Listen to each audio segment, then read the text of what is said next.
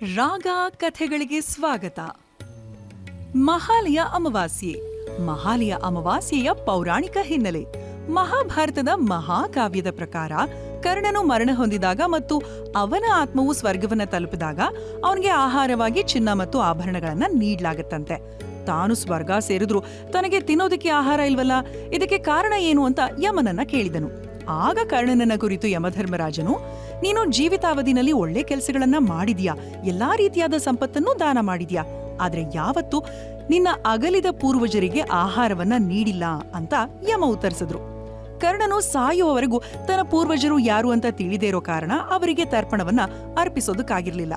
ನಂತರ ಯಮನು ಕರ್ಣನಿಗೆ 15 ದಿನಗಳ ಕಾಲ ಭೂಮಿಗೆ ಹಿಂತಿರುಗೋದಿಕ್ಕೆ ಅನುಮತಿ ನೀಡಿದ್ರು. ಇದನ್ನೇ ಪಿತೃಪಕ್ಷ ಅಂತ ಕರೆಯಲಾಗುತ್ತೆ. ಈ ಸಮಯದಲ್ಲಿ ಕರ್ಣನು ತನ್ನ ಪಿತೃಗಳಿಗೆ ಶ್ರಾದ್ದ ಕಾರ್ಯವನ್ನ ಮಾಡಿ ಅವರ ಆತ್ಮಕ್ಕೆ ಶಾಂತಿಯನ್ನು ನೀಡಿ ಮತ್ತೆ ಪುನಃ ಸ್ವರ್ಗಕ್ಕೆ ಹಿಂತಿರುಗಿದ ಅನ್ನೋ ನಂಬಿಕೆ ಇದೆ. ಇಂತಹ ಇನ್ನಷ್ಟು ಕಥೆಗಳಿಗಾಗಿ ನೋಡ್ತಾ ಇರಿ ರಾಗ ಕಥೆಗಳು.